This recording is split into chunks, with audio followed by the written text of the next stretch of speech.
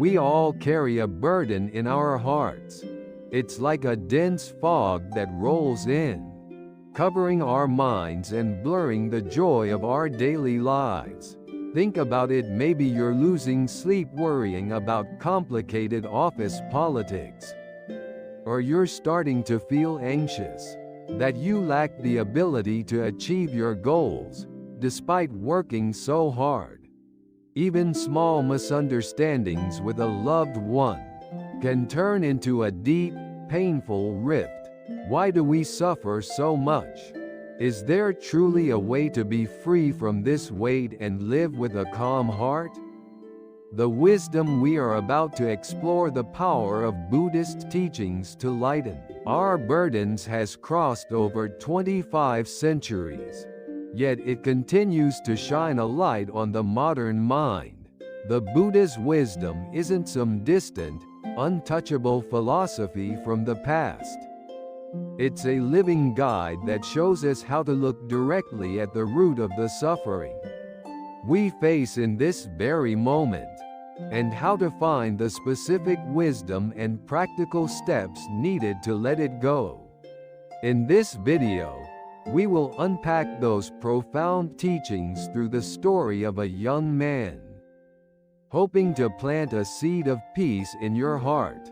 By the end of this journey, I hope your heart feels a little lighter, and the world in front of you looks a little different. This is the story of a young man named Arjun, who lived long ago in a small village in ancient India. Arjun was honest and hardworking, but his heart was constantly filled with a sense of unmet longing, anxiety, and the pain that arose from tangled relationships.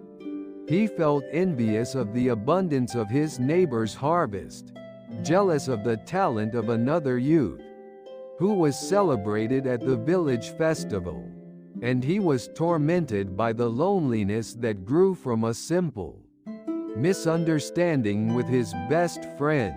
Why am I the only one suffering so much?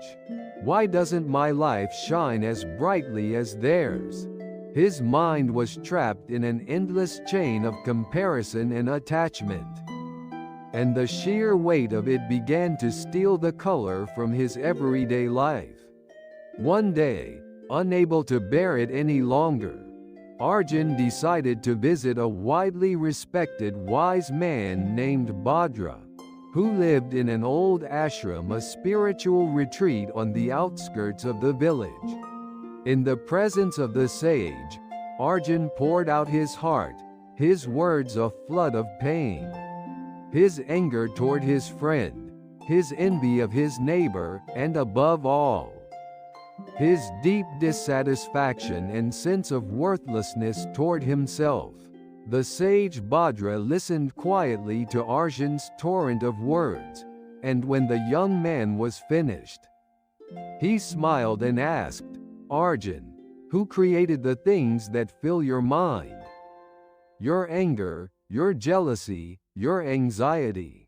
Do they exist as solid objects in the world that somehow forced their way into your mind?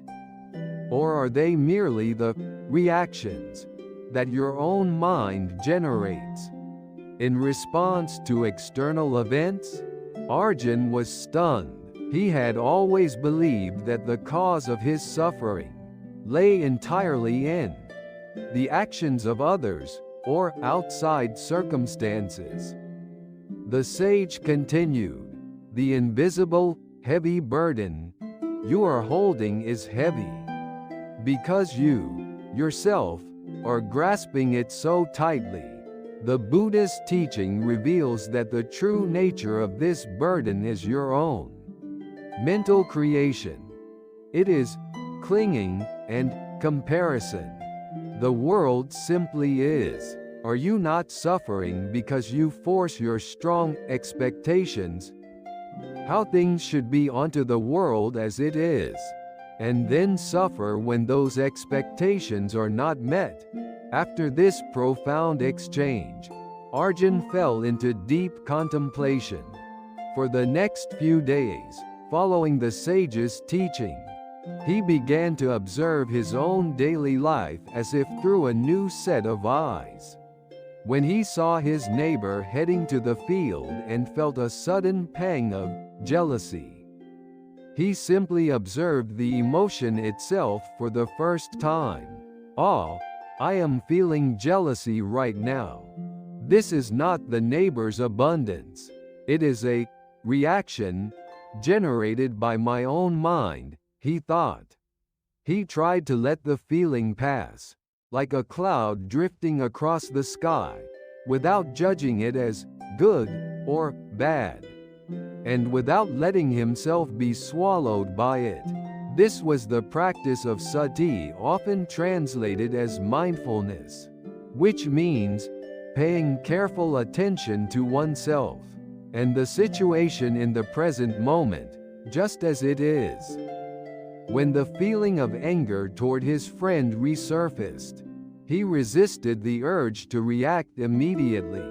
Instead, he noticed the underlying force of his own ego that wanted to prove he was right. Slowly, Arjun shifted his focus from trying to change the outside world to trying to change the reactions within his own mind. A marvelous thing happened. His inner peace began to ripple outwards. Because Arjun was calmer, his next conversation with his friend was no longer an emotional clash, but a calm, empathetic attempt to understand each other's feelings. His jealousy toward his neighbor faded, replaced by a constructive perspective. Is there something I can learn from him? Arjun experienced firsthand that although the outside world had not changed at all, a simple shift in his mental attitude could make the world a profoundly more peaceful and livable place. The heavy burden on his heart gradually, but surely, lifted. The specific reasons for the suffering and distress we face in modern society all fundamentally stem from the same root: trying to control what cannot be controlled.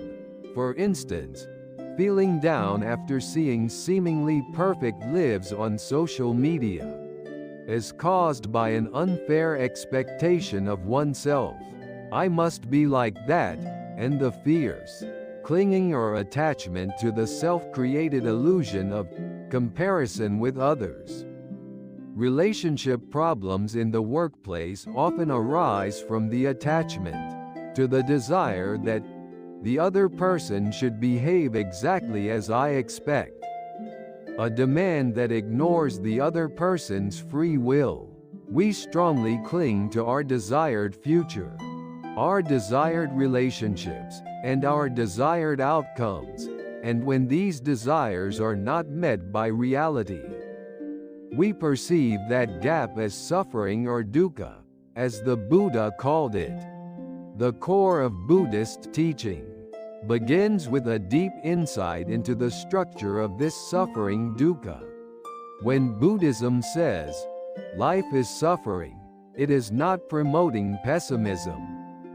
Instead, it clearly shows that the cause of suffering lies in our inability to accept the reality that everything changes and is impermanent anicca, and the fundamental misconception that we possess a solid, unchanging self that we can cling to, anatta, or non-self.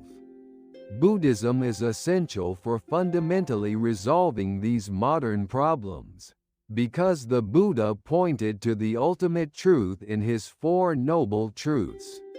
He taught that suffering exists, the truth of suffering, that suffering has an origin, the truth of the origin of suffering, that suffering can cease, the truth of the cessation of suffering, and that there is a path to end suffering, the truth of the path to the cessation of suffering.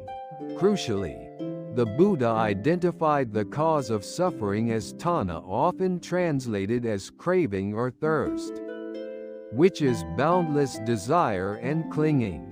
Because all of our modern anxieties stem from this root mechanism of craving and the clinging that resists change. The understanding of the Buddhist concepts of anicca, impermanence, and anatta, non-self, is the logical and universal way to lighten the heart's burden and achieve true peace. Without this teaching, we will eternally seek solutions outside of ourselves, finding only temporary comfort but never reaching fundamental inner peace. Let's apply the Buddha's profound teachings to the specific challenges we face today. Imagine you are struggling with a career setback or professional stagnation. Hidden beneath this distress is a powerful clinging and a mistaken self-perception. I must constantly succeed, or my value is defined by my work performance. The Buddhist teaching advises us to let go of our attachment to the outcome. What you can fully control is your effort in the present moment. The result is determined by countless conditions and causes karma-dependent origination, and is, by its nature, impermanent anicca. Here are detailed, practical steps to apply this wisdom in your daily life. First, practice moment-to-moment awareness, mindfulness, or sati. Start by taking a few moments each day, from the moment you wake up, to simply and calmly observe what you are feeling and thinking. When you are making coffee, or in the brief pause before reaching for your phone, notice your breathing, your body's sensations, and the thoughts that arise in your mind. Observe them as just phenomena, without labeling them as good or bad.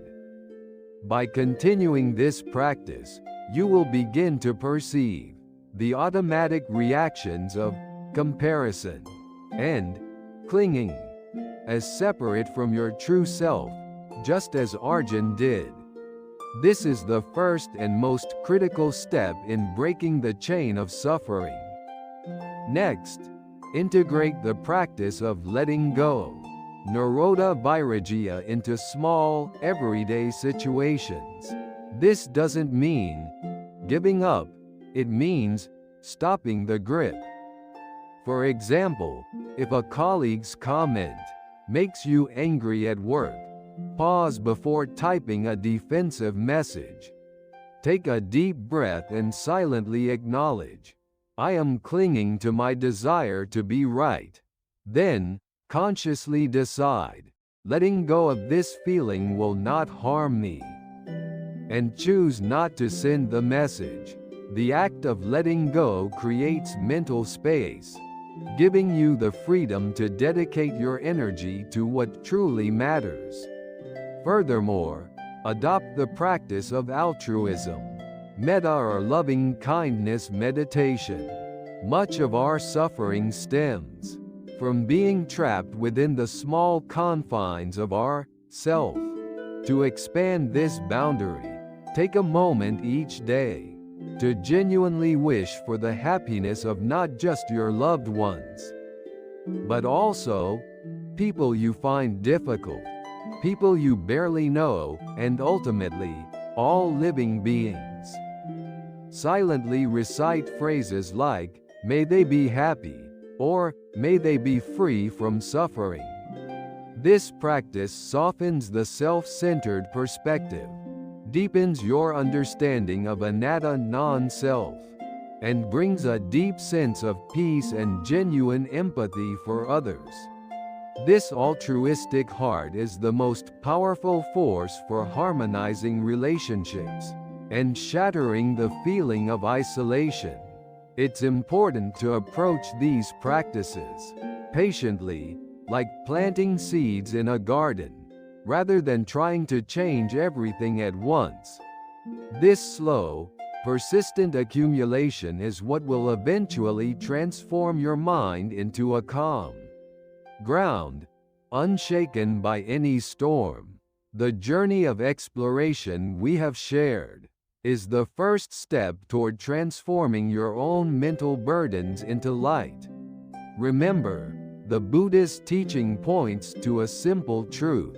All the misery we carry is a self-created illusion, born from a mind that resists anicca impermanence and clings to the belief in a solid self-atta.